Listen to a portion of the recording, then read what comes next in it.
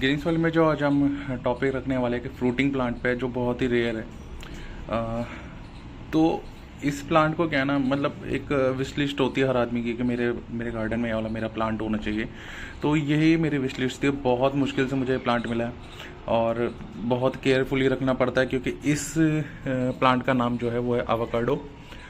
Avocado, ये देखिए मेरे पास ये 2 आवाकाडो के प्लांट हैं और ये ग्राफ्टेड पोर्शन है इसका।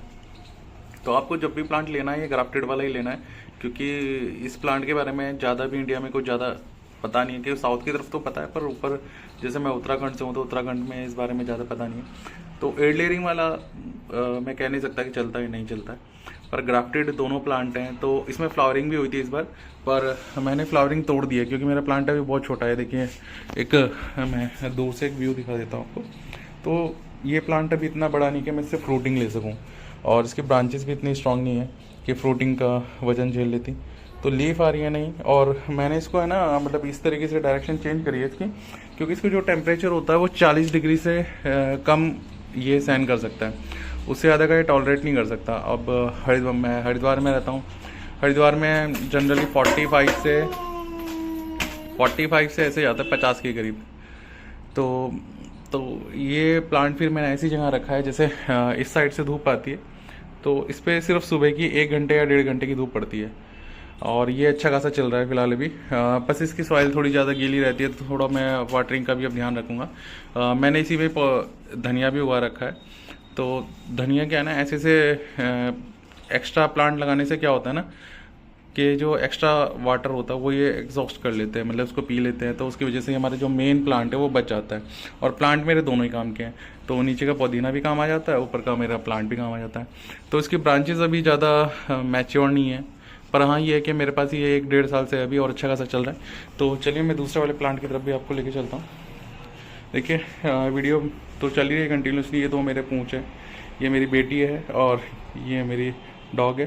ये दोनों के दोनों मेरे साथ ही रहते हैं तो मैं वीडियो इसलिए भी नहीं बना पाता। अब मैं यहाँ पर इस पर अपने गार्डन में आ रखा हूँ। ये टॉप वाले जो मेरा गार्डन है उस पर दोनों के दोनों साथ हैं मेरे। तो चलिए अब दूसरे वाले प्लांट पे बात करते हैं। देखिए ये मेरा दूसरा प्लांट है आवाकाडो का। तो ये प्लांट भी मैंने इस तरीके से डायरेक्ट किया है कि जब मॉर्निंग की लाइट आती है तो मॉर्निंग की जो लाइट होती है उस वाले प्लांट पे पड़ती है आवाकाडो के, और इवनिंग की यानी कि अभी जैसे 4 बज रहे हैं अभी शाम के, तो 4 बजे से लेके कम से कम 6 बजे तक इस पर धूप रहेगी। तो वही 1-1.5 घंटा दोनों प्लांट पे रहेगी। इस पर भी देखिए अभी भी फ्लावरिंग शायद आपको मिल जाए। इसकी भी सारी फ्लावरिंग झड़ गई। देखिए यहाँ पर सारी फ्लावरिंग थी, ये सारी फ्लावरिंग थी। तो पर मुझे चाहिए भी नहीं थे फ्रूट क्योंकि ये प्लांट अभी इतना मैच्योर नहीं है कि फ्रूट को वजन सहन कर सके। ये देखिए इसमें भी एक ग्राफ्टेड पोर्शन है और अच्छा खासा चल रहा है, नई ग्रोथ भी चल रही है। बहुत अच्छे मेरे प्लांट है, पर अभी हाइट बहुत छोटी है दोनों प्लांट की। देखिए ज़्यादा बड़ा नहीं है, अभी मुश्किल से 1.5 फुट के करीब भी पहुँचे हैं और 1.5 फुट में इनकी हाइट अभी बढ़ी है। मैंने इनको 18-18 इंच के पॉट दे रखे हैं। 1 साल के करीब मैंने इनको कम से कम बहुत छोटे से 7-8 इंच के पॉट में रखा। जब ये वहाँ पर रूट बाउंड हो गए तब मैंने इनको इसमें 18 इंच में रखा है। ऐसे नहीं कि मैं डायरेक्टली, क्योंकि ये एक्सपीरियंस तो मैं बहुत कर चुका हूँ कि जैसे हम नर्सरी से प्लांट लेके आते हैं तो डायरेक्टली हम बड़े पॉट में, कभी कभी हम सोचते हैं फ्रूटिंग प्लांट से बड़े प्लांट में हम शिफ्ट कर देते हैं, पर होता क्या है कि उसके प्लांट के अकॉर्डिंग पानी, सॉइल, न्यूट्रिशन बहुत ज़्यादा हो जाता है और वो गल जाता है। तो ये एक्सपीरियंस मैंने खुद किया है। मैं जैसे लीची के प्लांट हो गया, रुद्राक्ष के प्लांट हो गया, ऐसे प्लांटों के साथ मेरा बहुत बैड एक्सपीरियंस रहा है।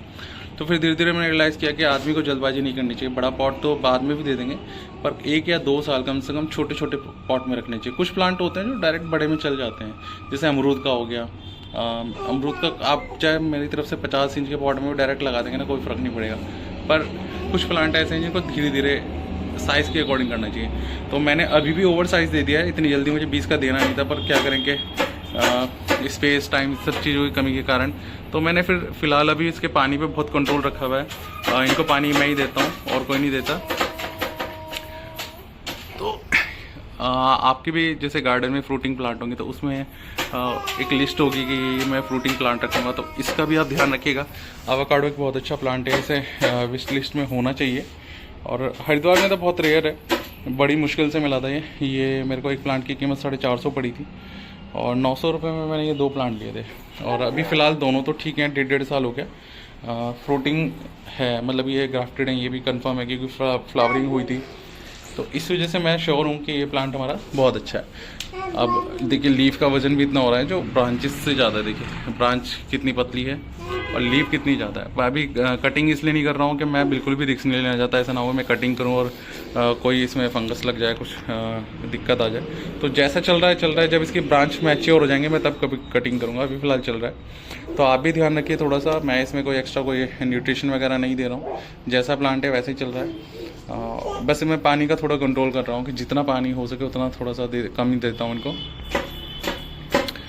तो आप भी अपने घर में एवोकाडो को जगह दीजिए, बहुत अच्छा प्लांट है, लीफ बड़ी अच्छी है। और अभी फ़िलहाल तो इसके बारे में कोई जानकारी नहीं है। मैंने मार्केट से एवोकाडो खाया है और मुझे उसका सिर्फ शेक अच्छा लगा है। बाकी मैंने डिशेस जैसे बॉडी बिल्डर वगैरह दिखाते हैं सैंडविच पे लगा के खाना, ये सब चीज़ें डायरेक्ट, तो एवोकाडो का खुद का अपना कोई स्वाद नहीं होता। मैं क्लियर बता रहा हूँ, ऐसा लगता है जैसे एक पपाया होता है ना, जैसे पपीता होता है, तो पपीता मीठा होता है, बस समझिएगा आप कोई पपीता खा रहे हैं और उसमें कोई स्वाद नहीं है, बस इस तरीके से।